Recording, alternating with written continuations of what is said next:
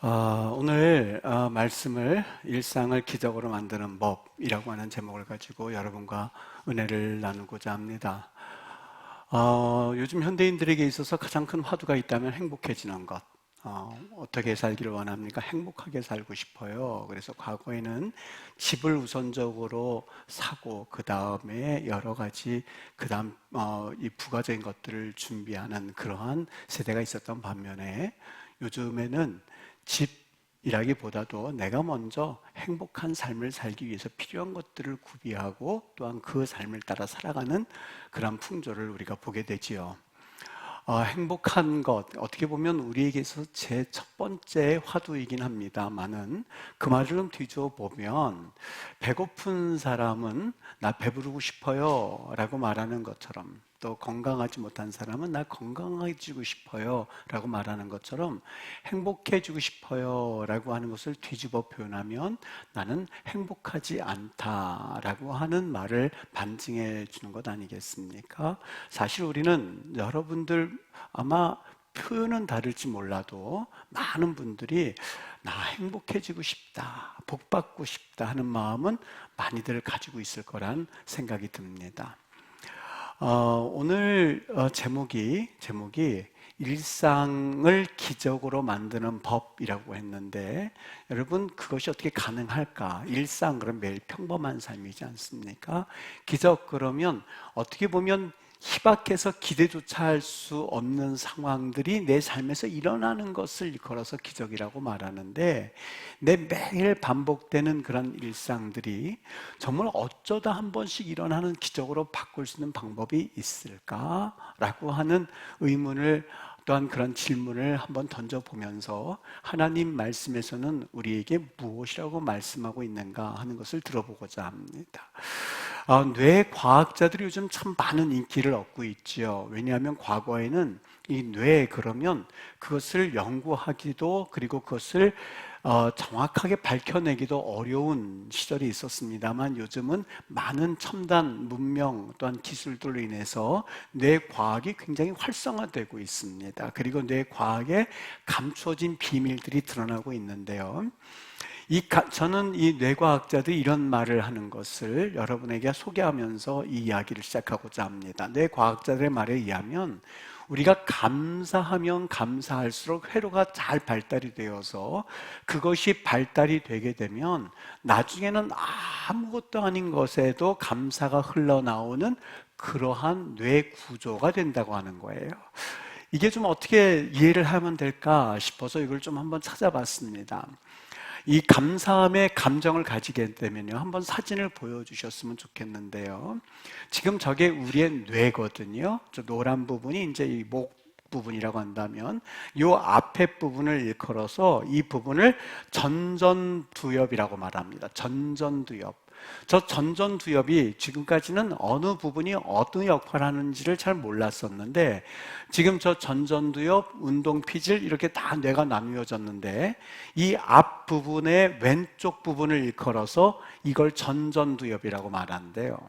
근데 됐습니다. 이 뇌마다 각각 하는 일들이 다른데, 이 전전두엽이 발달이 된 사람들은 뇌가 활성이 되어가지고 이 부위는 사랑이라든지 공감하는 능력이라든지 낙관, 열정, 활력과 같은 그런 감정적인 부분을 컨트롤하는 부분이, 이 전전두엽이 발달된 사람들은 그것이 잘 컨트롤된다는 거예요.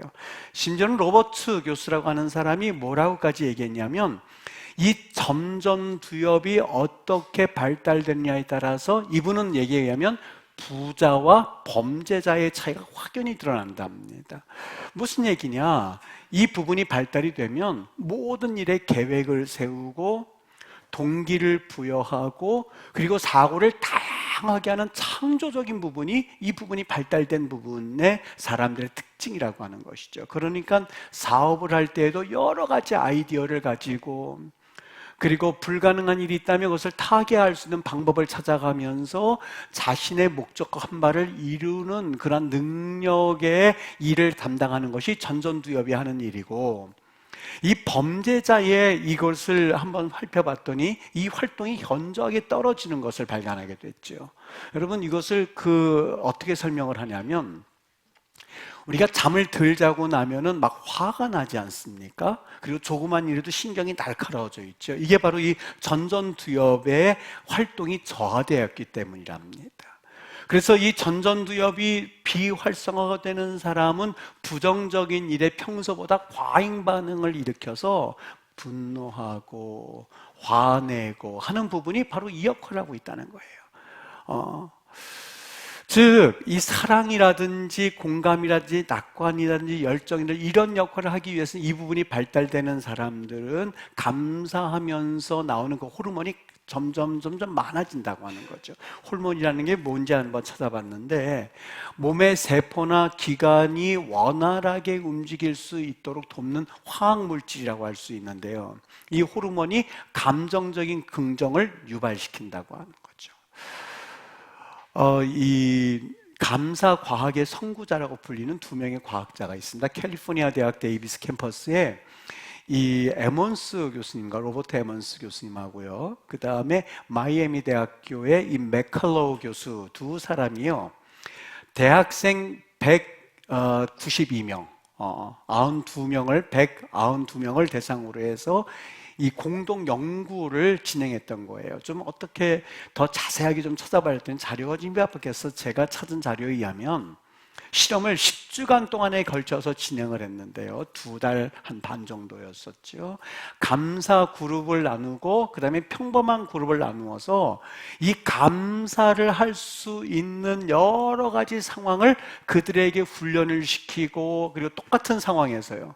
그리고 그들에게 반응이 어떻게 나타난지 이런 것들을 일일이 다 조사를 했는데 그 결과는 이 감사를 한 그룹의 사람들의 삶의 질이 훨씬 높아졌고 건강은 물론이거니와 그렇지 않은 사람들보다 40분 동안 하루 운동량이 많아진 것을 발견했습니다. 그러니까 이분들이 한 방법 중에 하나가 이 감사 일기를 쓰게 한 것이었는데 이를테면 이런 작용이었었죠. 나는 학교에 갔다가 왔습니다. 일기를 그렇게 쓸 수가 있어요. 평범한 그룹이에요. 그냥 일상생활 그대 하던 대로 나는 오늘 학교에 갔다 왔습니다. 저녁은 뭘 먹었고 오늘 잠자리에 듭니다 하는 일기를 그저 쓰도록 내버려둔 사람들 그룹이었었고 이 감사 그룹에서는 나는 오늘 학교에 갔다 와서 참 감사했다. 왜냐하면 내가 거기에 갔다 올 수 있는 건강이 있었기 때문이라는 것을 훈련시켰던 것이죠. 오늘 저녁을 식사했다라고 끝나는 것이 아니라 내가 저녁 식사를 할 수 있는 소화력이 있다는 것이 너무나 놀랍고 감사하다. 잠자리에 들 수 있는데 내가 오늘 하루도 이렇게 끝낼 수 있도록 내가 어떠한 사고도 없이 끝낼 수 있어서 참 감사하다 하는 그런 감사일기를 쓰게 하였더니 운동량이 40분이 평균적으로 늘어나더랍니다. 개인을 했을 때는 뭐 그럴 수 있다고 보는데 이것이 평균적이다 보니까 어떤 사람은 더 많아질 수도 있었고 이러한 평균 운동량이 나타나게 되었던 거죠. 이를 보고 나서는 그 다음에 이 제프리라고 하는 그 교수가요, 중학생들 221명을 대상으로 해서 정말 이 감사 효과가 일어나는가 하는 실험을 진행한 거예요. 똑같이 11개 반 아이들을 세 그룹으로 나눴습니다. 감사하는 그룹과 일반적으로 그 평범한 그룹과 또한 부정적인 그런 그룹 세 그룹을 나눴는데요. 이 실험 결과가 어떻게 났냐면 조금 아까 이야기한 대로 이 중학생 아이들한테 감사일기를 쓰게 하고 또 평범하게 놔두게 하고 그것을 연구한 도표를 냈습니다. 한번 잠깐 보여주시죠. 이 도표가 어떻게 나왔느냐 하면 지금 오른쪽에 보는 바와 같이 이 감사라는 그룹의 아이들은 삶의 만족도라든지 부모와의 관계라든지 교사와의 관계라든지 친구와의 관계, 그다음 성적에 있어서 자아인식에 있어서 이 11개 반 아이들 중에서 감사 그룹 아이들이 월등하게 높아지더라는 거예요. 그리고 저기 마이너스 0.44 이거는 자기 비하를 하고 계속해서 부정적인 그룹에 있는 아이들에게 나타나는 그러한 수치를 지금 저기에서 그대로 보여주고 있었던 것이죠. 그러면서 제목을 감사가 학교 생활에 미치는 영향이라고 했는데 여러분 이것을 며칠 동안 실험했는지 아십니까? 2년을 했다든지 2개월을 했던 것이 아니라 단 2주 동안 실시했다고 해요. 2주 동안. 2주 동안 14일 기간 동안 감사하는 학생들과 그렇지 않은 학생들 했더니 지금 저런 수치가 나왔는데요. 이것이 만일 2달이 됐든지 2년이 됐든지 20년이 됐다면 여러분 이것은 엄청난 차이를 줄 수 있다고 하는 것이죠. 2주 동안 받은 그 실험에 의하면 감사하는 학생들이 그렇지 않은 학생들보다 스트레스를 10%나 적게 받았고, 회복 탄력성이요. 이를테면 누구에게 이 상처받은 이야기를 듣고 그걸 회복하는 능력이 있죠. 이것이 감사하는 학생들이 10%나 더 높았고요. 성적을 20%나 더 받았을 뿐만이 아니라 13%나 덜 폭력적이었답니다. 그러니까 여러분, 우리가 태어나면서부터 좋은 두뇌를 가지고 태어나는 자녀들도 있지만 이 자녀들이 어떠한 환경 가운데에서 교육받고 자라느냐라고 하는 것은 그 자녀들의 일생을 좌지우지하는 데 있어서 너무 중요한 역할을 하고 있다는 거예요. 이분들이 여기서 영향을 끼치지 않고, 실험을 끼치지 않고, 그렇다면 이 감사하는 것과 건강에 어떠한 상관관계가 있을까? 조금 아까 말했던 로버트 에먼스 교수하고 맥컬로우 교수가 그 실험을 진행을 했는데요. 이번에는 만성질병 환자들, 신경근육 장애자 성인들을 65명을 지원자를 모았답니다. 신경근육 장애자, 그 만성질환자들이에요. 이것을 어떻게 나누냐면 그들이 했었던 그 방법 그대로 감사 그룹과 그리고 일상 그룹, 그냥 평범하게 그동안 질병 가운데 생활하시던 그 모습 그대로 살도록 그냥 평범한 그 무슨 조건이라든지 아니면 여러 가지 환경을 특별히 잘 평범하게 해놓았겠죠. 그리고 감사 그룹은 역시 아까 이야기한 것처럼 어떻게 해서든지 간에 감사하다는 그런 감정을 일으키도록 그 훈련을 거기에서 하도록 유도를 해냈던 거죠. 그랬더니 여러분, 이 실험은요 3주간 했답니다. 3주간 했는데 3주간 동안에 뭐 질병이 나았다든지 질병이 악화됐다든지 그 결과가 나온 것이 아니라 3주간 실험 결과 어떤 차이가 있었느냐, 평균적으로 감사 그룹과 그렇지 못한 그룹의 차이가 있었는데 그것은 30분 동안 취침 시간이 더 늘어났다는 거예요. 3주 동안. 우리 속상하면 나 밤새 잠 못 자고 뒤척였어 하는 말을 하지요. 이 감사하는 그룹은 그렇지 않은 그룹보다도 3주간 실험 가운데서 30분 취침 시간이 평균적이니까는요, 신뢰할 만하죠. 늘어났다는 거예요. 여기에서 그들이 아주 놀라운 그 결론을 냈는데요. 아무리 어렵고 아무리 힘든 환경이라고 해도, 아무리 그 상황이 때로는 우리를 집어삼킬 만한 그런 상황이라 한다 할지라도 그것을 이길 수 있는 방법이 하나가 있는데, 그것은 감사하는 습관을 들이면 우리는 더 행복해질 수 있다라고 하는 것을 과학적으로 증명해내었었던 겁니다. 이 과학적으로 그렇게 결과는 냈는데 이분들이 참 이 감사 과학의 아버지라고 불릴 만한 게요, 도대체 무슨 이유 때문에 이 감사라고 하는 것이 저들에게 저런 영향을 미치는 걸까? 도대체 그 이유가 어디 있는 걸까? 무슨 특별한 이유가 있는 걸까라고 하면서 여러 가지를 각도에서 살펴보았는데요, 한 가지 아주 놀라운 사실을 이분들이 발견해냈어요. 그래서 감사 과학의 아버지라고 그러지요. 여러분, 감사하는 마음이 뭐 그렇게 대단할 것 같습니까? 뭐 감사합니다 하나님, 감사합니다는 것이 뭐 어떤 특별한 의미가 있을까? 그런데 여러 가지 수치를 하나하나 조사해 보다가 놀라운 사실을 발견했는데, 감사의 마음을 품을 때에 심장 박동수가 있지 않습니까? 우리 나쁜 짓 하고 여러 가지 죄를 지으면 막 두근두근 하는 게 있잖아요. 그 심장 박동수하고요, 그건 뭐 그냥 감사하면 평범한가 보다 그랬는데, 그때에 그들이 우연히 발견했던 게 뇌파의 주파수가 있답니다. 근데 그 뇌파의 주파수가 정확하게 감사할 때의 심장 박동수와 뇌파의 주파수가 정확하게 일치하더랍니다. 정확히 일치하대요. 그러니까 심장과 뇌파의 파동이 하나로 공명해서 그 우리 심리 상태를 가장 안정적으로 이끌어내고 있다고 하는 거죠. 우리 이런 거랍니다. 이게 이 쇠막대기를 놓으면 띵 하고 울리면 조금 있다 해서 띵 하고 울리는 것처럼요. 그 안정적인 심리 상태에서 각 기간마다 보내는 신호가 나 안정적이야. 나 지금 괜찮아. 그 기계, 너희들 그 몸의 기계가 정확하게 돌아가도 돼 라고 하는 사인을 줌으로써 모든 신체 기관이 정상적으로 막 움직이고 있는 거예요. 이것이 계속해서 주파수가 안정되다 보니까 여러분 아버지와 어머니가 화목하고 웃음이 가득하고 기쁨이 넘치고 하다 보면 그 안에 있는 모든 가족들이 안정을 느끼는 것처럼 이 안에서 안정을 느끼다 보니까 각 기간에 보내는 신호가 얘들아 나 지금 너무나 평안하거든. 너희들 영양 공급 제대로 해. 너희들 지금 그 영양 공급 제대로 다른 곳에 보내. 다른 곳에 보내라고 하면서 모든 신체 구조가 안정적으로 진행되더라는 거예요. 이분이 그때 또 한 가지 발견한 게 혈액량이 증가하고 소뇌에 혈액을 충분히 공급하는, 그래서 면역력이 확대된다는 것을 그분들이 거기서 발견했던 거예요. 여러분, 이분들의 연구가요 10년이 넘도록 연구가 되었는데 왜 이 긍정적이고 감사하고 기쁨이 있고 그리고 그 안에 긍정적 에너지가 있는 사람들이 왜 모든 분야에서 성과를 보이고 성공하고 하는 일마다 잘 되는가에 대한 답을 그들의 이과적인 연구 결과를 통해서 보여주고 있었던 거예요. 오늘 데살로니가전서, 어떻게 보면 교회가 교회답게 살 수 있는 시대로서는 최악의 상태가 바로 데살로니가 교인들이 살던 시대였습니다.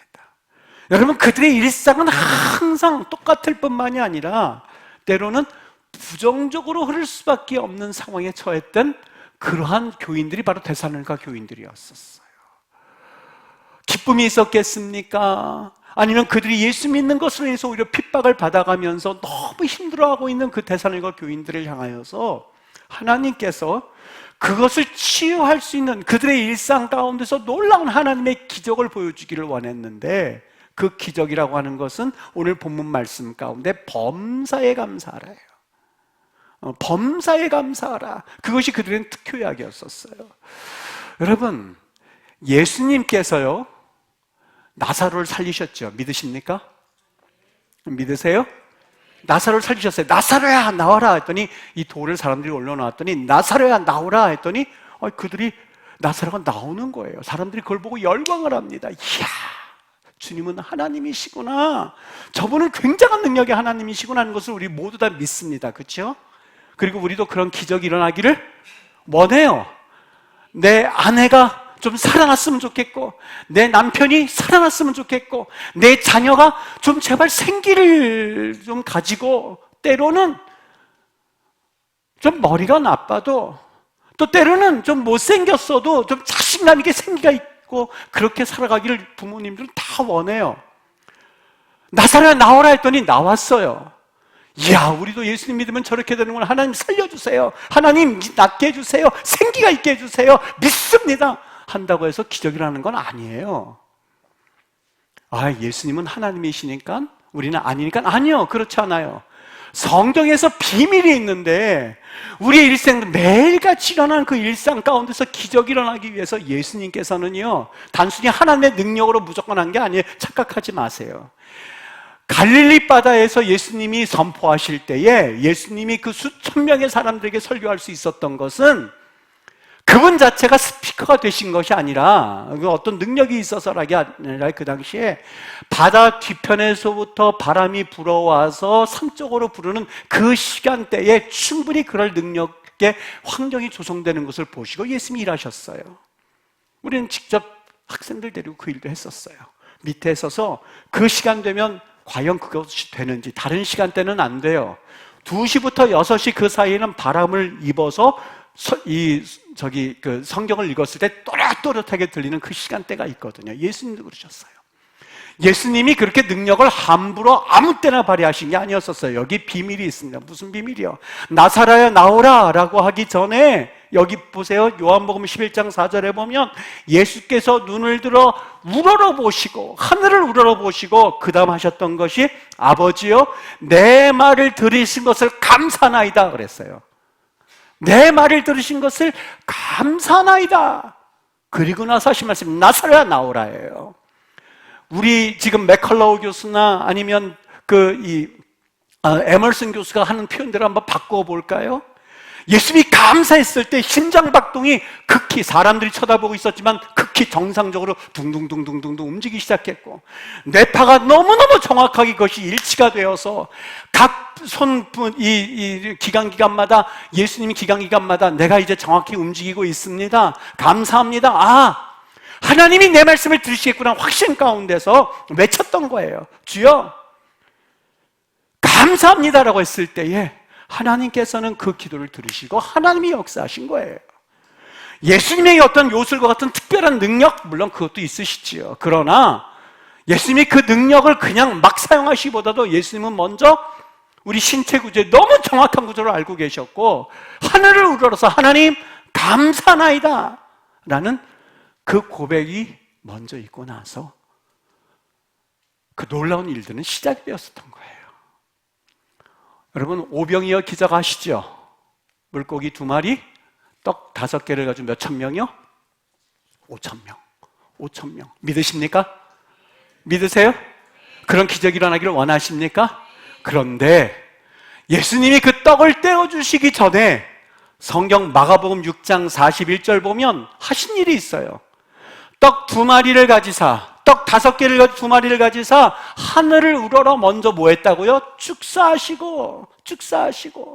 여기 축사 율로게 옵니다. 축복하다, 감사하다, 감사해요. 떡 주셔서 감사하고, 그렇게 우리 위해서 김장해서 감사해요. 먹을 때마다 여러분 직접 참여하지 않았더라도 감사하면 그때부터 기적은 시작되는데, 먼저 축사하시고 그때부터 예수님의 심장 박동과 주파수가 정확하게 일치하기 시작하였고, 예수님이 그 말씀하실 때에 이미 그 기적은 일어날 것이라고 하는 예수님 확신이 있었고, 그 가운데에 그 기적은 시작이 되었던 거예요.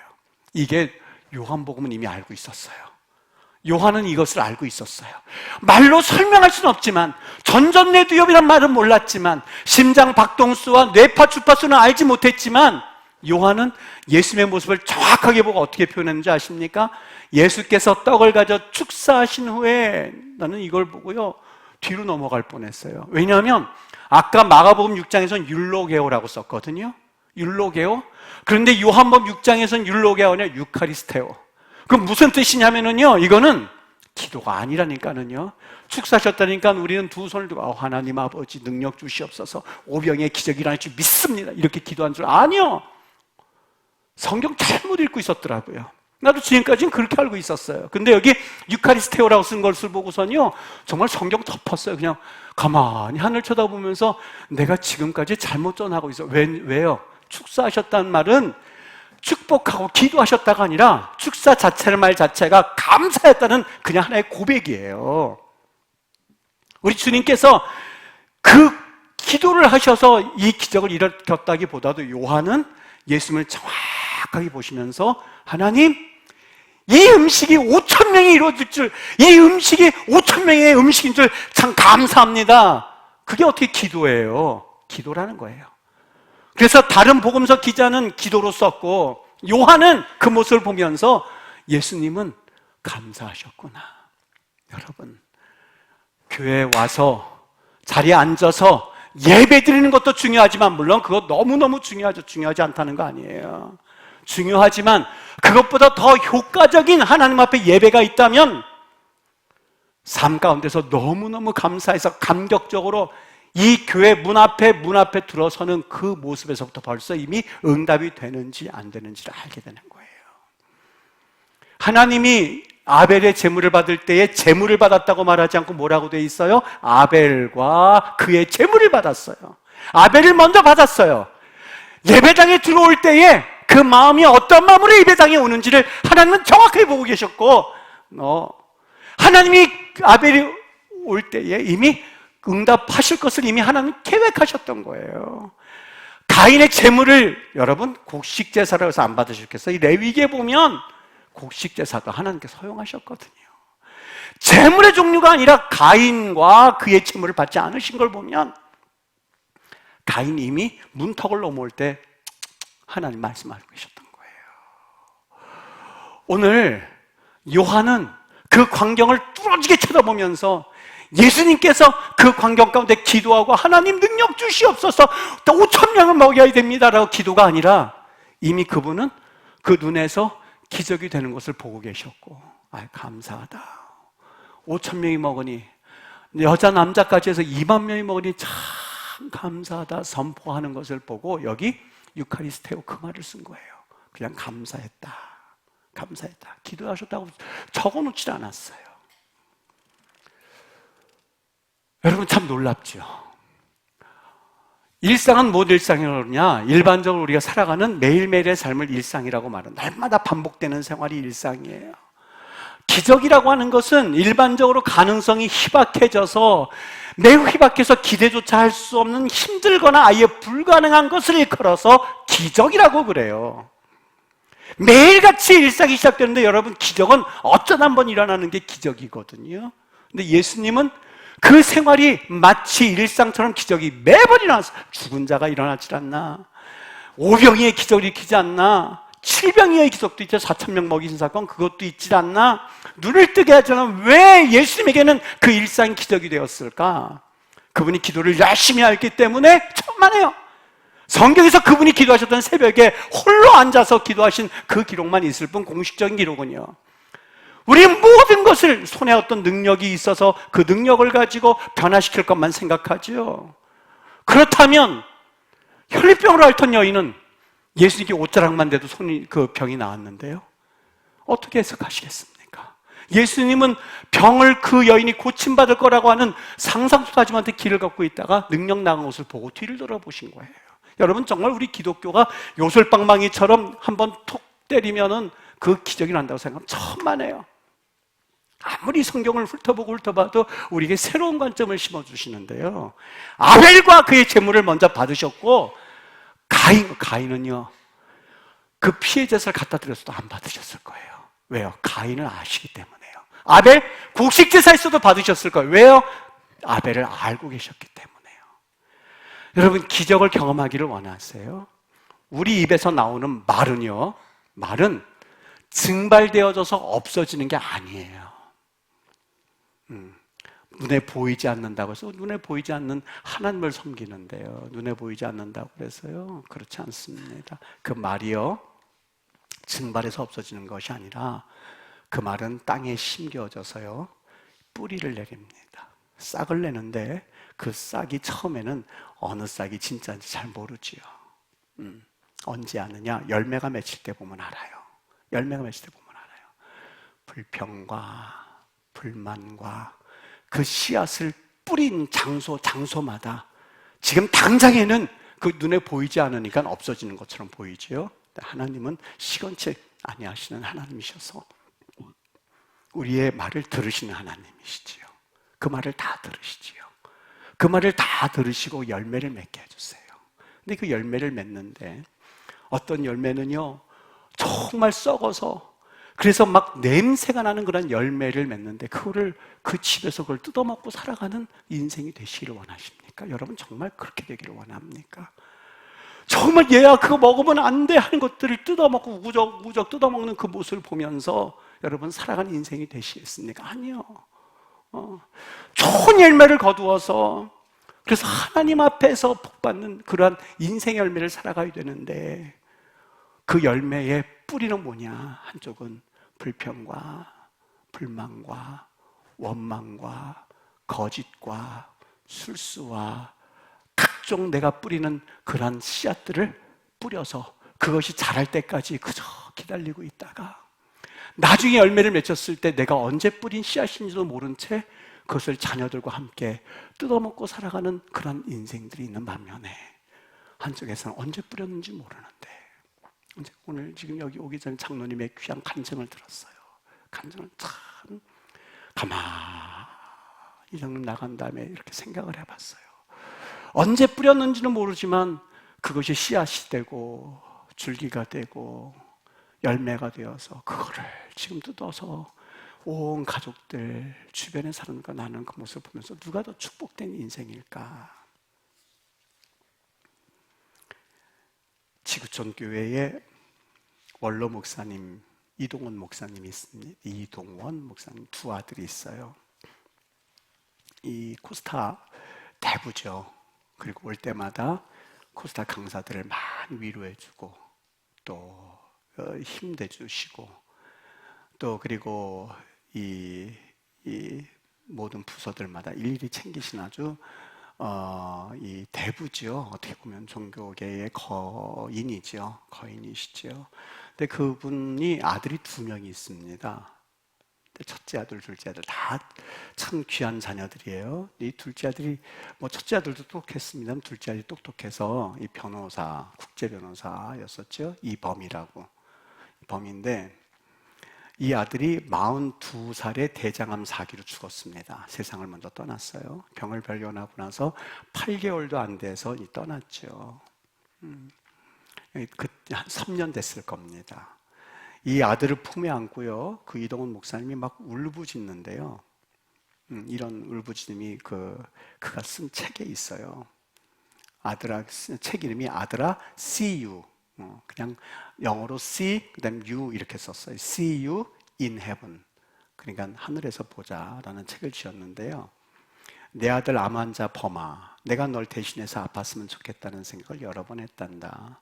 홀로 보낸 고독한 시간 넌 무엇을 생각하고 무엇을 기도했을까? 하필이면 왜 네가 어쩌자고 암 환자가 되었단 말이냐? 오 주여 키리에 엘레이슨 내 부침 금 불쌍히 여겨주소서 이 뜻입니다.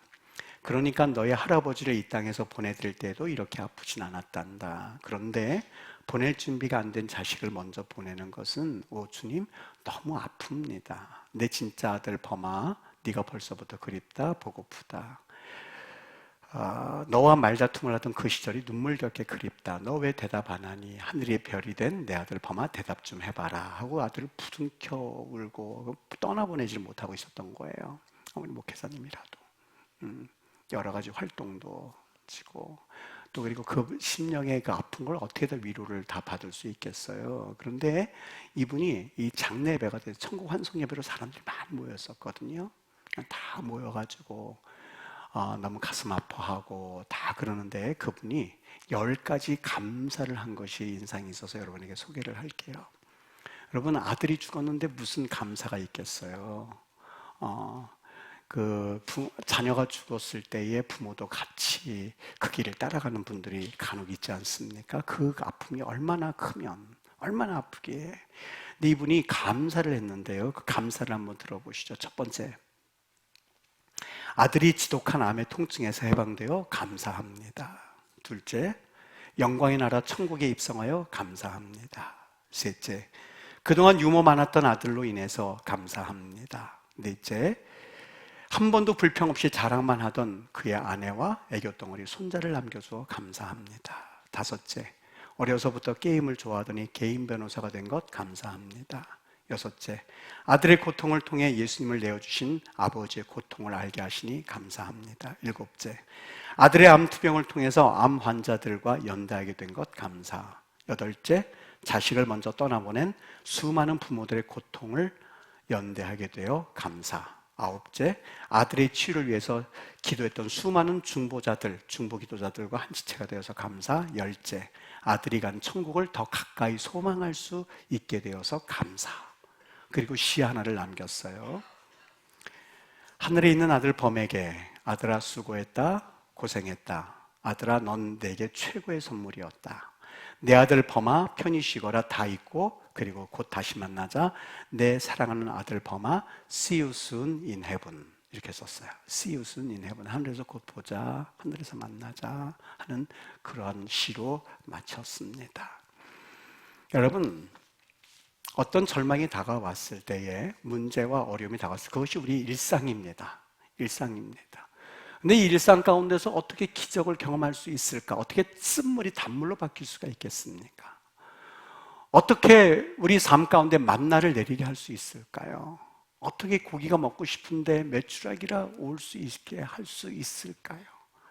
목회자로서 제일 마음 아픈 그러한 현상 중에 하나가 이 전전두엽이 비활성화되어서 조그만 여러 가지 이야기에도 크게 흥분하면서 그래서 부정적인 여러분들의 건강을 해치고 마음을 해치는 여러 가지 어두움의 그런 말들과 세력에 의하여서 망가지는 그의 모습들을 보면서 그들이야 그 자신들의 행위 때문에 그렇다고는 하지만 여러분 자녀들이 주님 앞에서 살아갈 그 자녀들 가족들을 생각하면 여러분 분명하게 영적 싸움 가운데 우리가 있어야만 합니다. 분명히 세워져야만 합니다. 그 은혜를 하나님 앞에서 경험하지 아니하면 여러분 우리 주님께서 일상을 기적으로 만들게 하는 비밀을 모른 채 신앙생활을 한다면 그것만큼 불행한 삶이 어디 있겠습니까? 절대적으로 감사해야만 하는데 여러분 부모님이 어떻게 이야기하느냐라고 하는 그 자녀의 일생을 좌지우지하거든요. 과거에는 이 송충이는 솔잎을 먹고 자라야 한다 그 말이 정말 전 싫었어요. 그게 뭔가. 그런데 지금 가만히 앉아서 생각하다가 이걸 나쁜 쪽으로만 보는 그런 우리의 습관에서 벗어나서 한번 생각해 봤습니다. 송충이는 솔잎을 먹고 자라야 돼. 그래야 건강하고 살 수가 있거든요. 다른 거 햄버거를 먹고 그러면 이건 죽거든요. 무슨 얘기냐? 하나님의 사람들은 하나님의 말씀으로 살아야만 삽니다. 자녀들도 하나님의 말씀으로 살아야만 하는데 아버지 여기까지 하니까 나 못하겠어요. 포기할래요. 그래 임마 더 이상 가지 말어. 거기가 어떤 길인데 더 진행시키려고 그래 라고 한다면 그 자녀는 거기까지예요. 만일 하나님의 일상을 하나님의 기적으로 받아들인 그런 하나님의 사람이라면 하나님의 자녀로서 그 자녀를 양육할 때에 거기까지 가봐. 그 다음에 하나님께서 또 어떤 길을 열어주실지 감사하자. 하나님 여기까지 온 것 감사합니다.